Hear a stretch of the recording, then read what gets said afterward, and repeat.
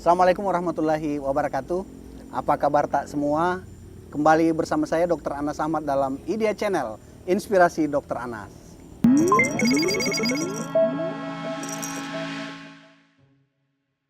Kali ini saya bersama seorang yang luar biasa.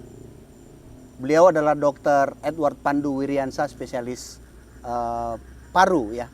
Beliau adalah dokter ahli penyakit paru. Apa kabar Dokter Edward? Assalamualaikum. Waalaikumsalam warahmatullahi wabarakatuh. Insya Allah kabar baik. Ya, sehat ya Dokter Edward ya. Alhamdulillah dalam Ya. keadaan sehat ya. Ya, Dokter Edward ini adalah merupakan salah seorang ahli penyakit paru yang malang melintang di dunia penanganan COVID-19 ya. Di awal hingga saat ini ya Dokter Edward ya, pandemi COVID-19. Beliau adalah tim Satgas COVID Provinsi Sulawesi Selatan yang ditugaskan untuk melakukan penanganan langsung terhadap pasien COVID di Rumah Sakit Dadi, Rumah Sakit Ibnu Sina maupun Rumah Sakit Dayak.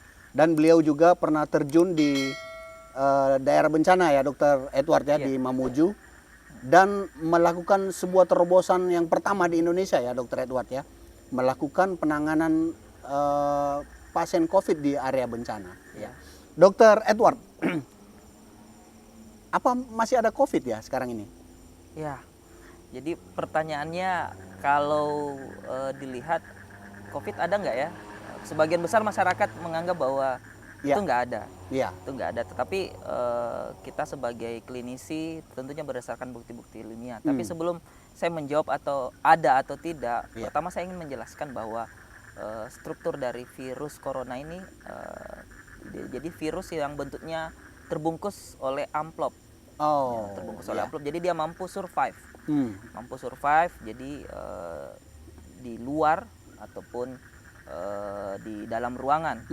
Nah, berpindah sifatnya ya dia gampang berpindah, baik secara kontak langsung ataupun tidak kontak langsung.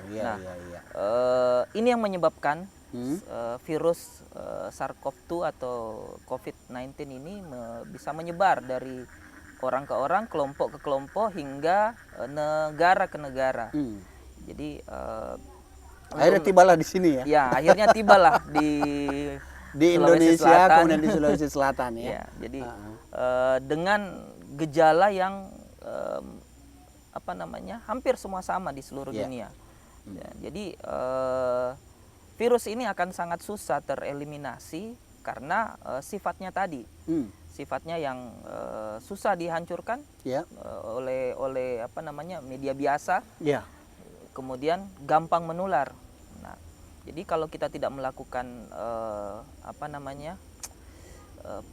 prokes, protokol kesehatan dengan baik, tentunya dia akan terus menular dan mampu mereplikasi dirinya sehingga mampu survive. Seperti yang kita ketahui bahwa dari awal sampai sekarang banyak sekali mutasinya. Terakhir Delta dan sekarang Omikron. Berikutnya nanti ada Tante Mikron ya. Mungkin ada Opaikron.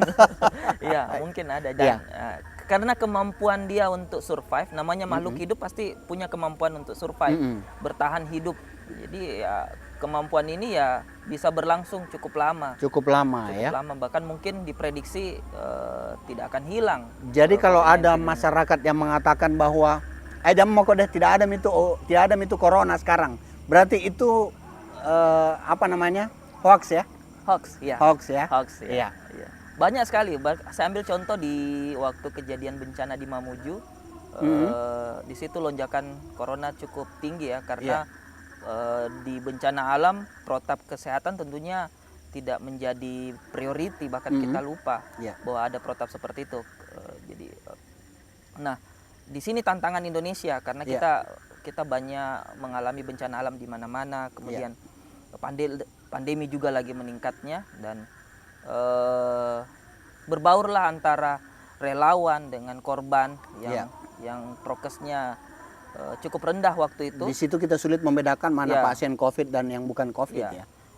Akhirnya kita bikin suatu alur bagaimana pandemi itu tetap teratasi, bencana alam juga tetap teratasi. Tentunya berkoordinasi dengan tim krisis dari pusat Kemenkes waktu itu, dan cukup sukses. Kita menemukan banyak angka COVID dan pasien COVID yang terlayani dengan baik waktu Iya, itu. iya. Nah, disinilah membuktikan juga yang saya ingin cerita di sini bahwa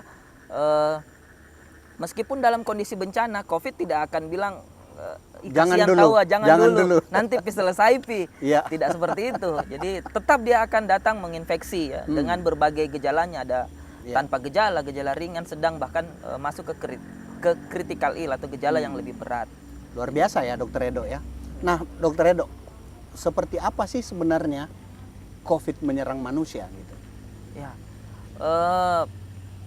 COVID menyerang manusia itu pertama tadi saya bilang bahwa dia akan menular dari secara langsung atau tidak langsung. Ya. Langsung ya pasien batuk, penderita batuk kemudian terhirup maka bisa menular. Tidak langsung ya dari sentuhan benda-benda yang mengandung virus itu kemudian kita menggosok area muka ya bisa terinfeksi. Nah, gejalanya pada umumnya gejalanya itu karena dia sistem penularannya by respirasi, umumnya gejalanya ya seputar di penyakit paru, batuk, demam, kemudian terburuknya ya sesak sampai kesadaran menurun. Jadi pintu-pintu masuknya itu ada di muka ya, di wajah. Di ya? wajah. Itulah sebabnya makanya kita diminta untuk menggunakan masker ya. Betul sekali. Oh gitu. Nah, ini yang menarik Dokter Edo ini.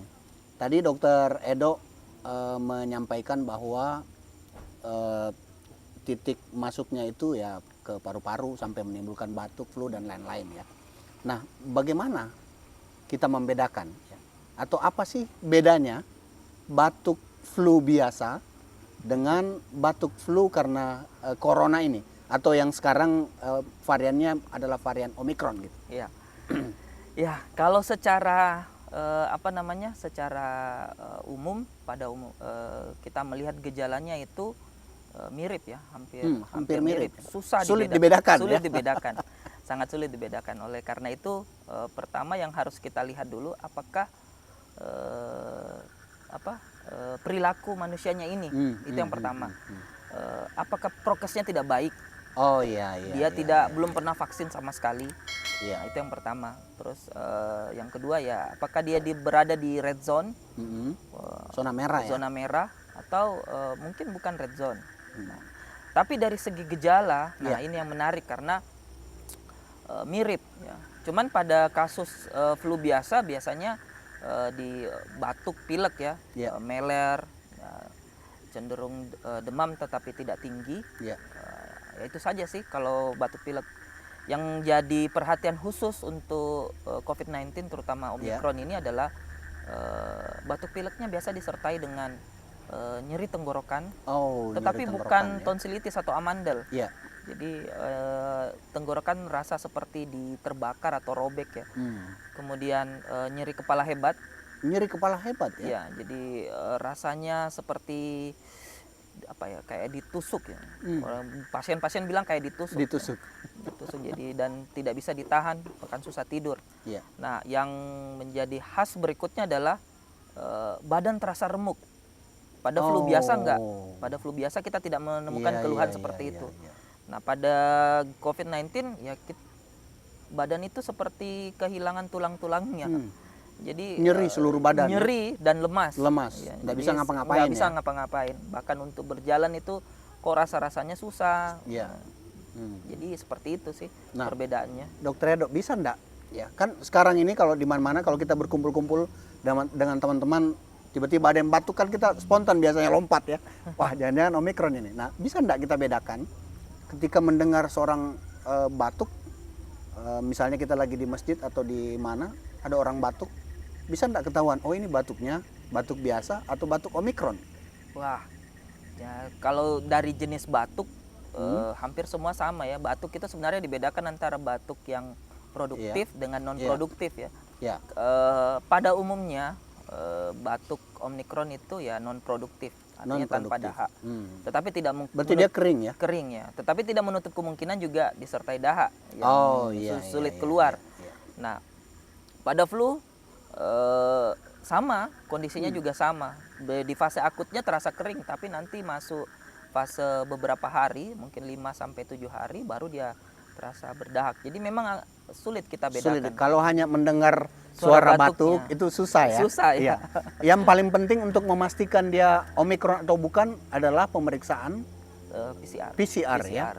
Jadi kalau ada yang khawatir ya, apakah batuk saya, flu saya, pilek saya ini Omikron atau biasa, dengan tanda-tanda yang tadi Dokter Edo sudah jelaskan, sebaiknya melakukan pemeriksaan PCR ya. Tapi sebenarnya kalau mau sekedar screening, itu dengan antigen juga bisa. Swab antigen bisa Swab ya. antigen. Dengan swab antigen yang positif itu berarti sudah mengarah bisa, ya. Sudah bisa mengarah ke arah COVID-19. Iya.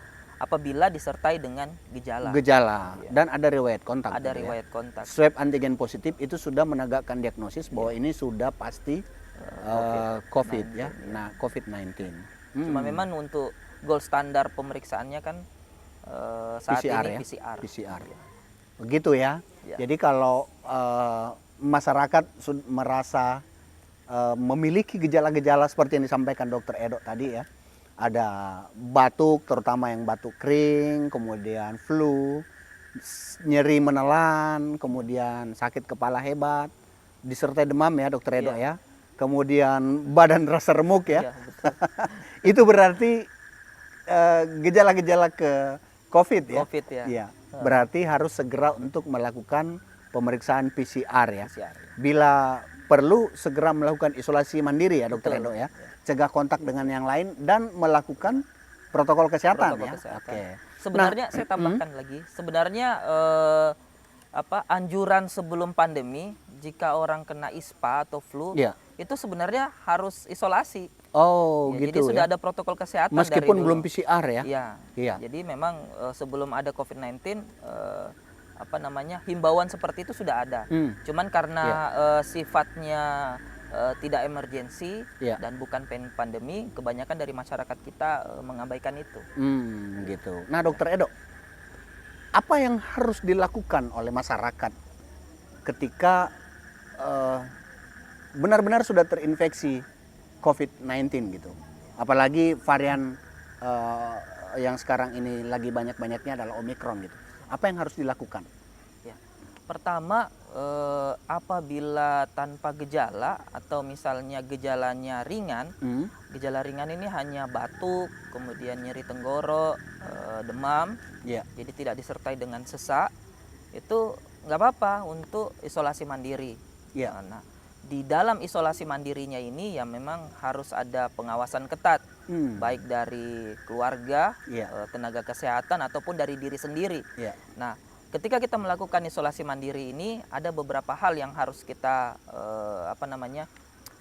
lakukan di masa isolasi mandiri ini. Yang pertama adalah tetap menjaga kebersihan ruangan isolasi, apapun ya. itu. Kemudian makanan yang bergizi. Makan makanan bergizi. Ya, yang antioksidan tinggi tentunya, yang meningkatkan daya tahan tubuh. Iya. Nah, kemudian yang tidak lupa adalah selalu memperhatikan progres atau apa ya bahasanya, perubahan gejala ya. Apakah dari dia penyakit ya. memburuk atau dia membaik? Membaik. Itu yang penting. Kalau dia membaik berarti cukup mulai menjaga Iya. kesehatan tubuh, isolasi mandiri. Tapi kalau dia memburuk, Iya. Kalau dia memburuk, untuk menilai itu ya kita lihat keluhannya kan. Iya. Jadi pasien biasa merasakan bahwa, aduh kok saya batukku tambah keras susah. ya, Kemudian tambah keras saya berjalan keliling kamar kok sesak. Iya. Jadi itu yang harus diperhatikan dan harus sebaiknya sih memiliki alat oximetri ya. Jadi mengukur Pulse oximetri untuk mengukur saturasi. Nah, kalau gejala memburuk seperti ini ya jangan didiamkan, harus segera melapor atau menuju ke sarana kesehatan. Betul sekali. Karena gejala COVID progresivitasnya atau perburukannya itu cepat. Ya. Cepat. Perlu enggak minum multivitamin, Dokter Edo? Sangat diperlukan. Sangat diperlukan ya. Dianjurkan yang meningkatkan imun ya. Imunitas seperti tubuh ya. vitamin D, vitamin C, Iya. vitamin Iya. E. Nah, bagaimana mencegahnya agar kita tidak terinfeksi COVID ya, terutama jika dalam satu rumah atau dalam satu keluarga ada yang sudah terinfeksi gitu. Ya. Pertama, apa namanya, protokol kesehatan di dalam rumah.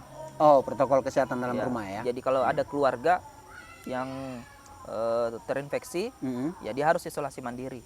Iya. Harus isolasi mandiri. Kemudian apabila bisa, ya jangan sharing toilet. Oh, Tapi gitu. kalau nggak bisa, harus ya, toilet yang berbeda ya, ya. tapi kalau nggak bisa, ya toiletnya yang harus sebelum dipakai sama yang apa namanya, yang nggak terinfeksi, itu harus dibersihkan terlebih Iya, dahulu iya. ya. Kemudian rumah senantiasa harus bersih, ventilasi harus bagus, Harus terbuka matahari ya. Yang paling penting adalah bagaimana menurunkan konsentrasi virus di dalam udara. Oh, gitu. Jadi, Berarti harus ada udara bebas Udara yang bebas, keluar ya. masuk ya. Sebaiknya rumah ventilasi harus bagus. Mm-mm. Nah, kemudian virus ini sensitif, walaupun dia dia terbungkus seperti envelope ya, seperti amplop, tapi dia sensitif terhadap UV. Oh, Pembungkusnya ini dindingnya ini ultraviolet sensitif, ya. Jadi gampang. Berarti dengan matahari merusak, ya. bagus dengan adanya cahaya matahari Betul ya. sekali. Iya. Jadi itu untuk apa namanya, bagaimana kita melakukan pencegahan supaya keluarga tidak terinfeksi. Terinfeksi. Jadi nggak apa-apa isolasi mandiri satu rumah, nggak masalah. Iya. Asal betul-betul menekankan protap kesehatan. Iya. Nah, Dokter Edo, ini yang menarik ya, terakhir tadi kan sudah ada edaran Satgas COVID-19 ya. Ya. Kalau tidak salah surat edaran nomor 11 tahun 2022 tentang protokol perjalanan ya di era pandemi COVID, di mana kita tahu bahwa saat ini protokol penerbangan itu tidak lagi mewajibkan tes PCR atau swab antigen jika telah melakukan vaksin sebanyak 2 kali atau ditambah dengan booster. Bagaimana pendapat Dokter Edo? Ya. Nah, disinilah peran vaksin ya. Peran vaksin sebenarnya tujuannya untuk membentuk city immunity. Ya. Jadi dalam satu kota itu sudah terbentuk imunitas terhadap COVID-19. Ya, jadi kalau misalnya suatu kota tersebut angka vaksinnya sudah di atas 80%, 80%. itu diharapkan memang city immunity sudah terbentuk di situ. Iya. Jadi apa namanya, masyarakat atau penduduk yang melakukan perjalanan itu insya Allah tidak akan bergejala, tidak akan bergejala meskipun terinfeksi atau tidak gampang terinfeksi, gitu. Tetapi hati-hati pada orang-orang yang melakukan perjalanan dengan gejala. Saya rasa apa namanya, perlu di screening untuk lebih baik lagi. Atau lebih ketat lagi khusus pada yang bergejala khusus yang bergejala. Tapi yang tanpa gejala selama dia melakukan protap kesehatan di perjalanan itu insya Allah akan menekan angka infeksi COVID-19 ini. Berarti harus tetap menerapkan protokol kesehatan. Prinsipnya itu. Baik, terima kasih Dokter Edo. Saya kira apa yang Dokter Edo sampaikan ini mudah-mudahan sangat bermanfaat bagi masyarakat, dan ini tentu adalah konsumsi masyarakat agar apa yang menjadi pandemi COVID-19 yang sudah berjalan selama 3 tahun ini dapat dipahami, dapat dimengerti, dan sama-sama kita bahu-membahu untuk melakukan pencegahan agar tidak terinfeksi kepada masyarakat atau komunitas yang lebih besar, dengan pertama menerapkan protokol kesehatan, kemudian yang kedua adalah melaksanakan vaksin secara lengkap di tempat-tempat atau di sarana-sarana kesehatan terdekat. Demikian Ide Channel bersama saya Dr. Anas Ahmad. Wassalamualaikum warahmatullahi wabarakatuh. Waalaikumsalam.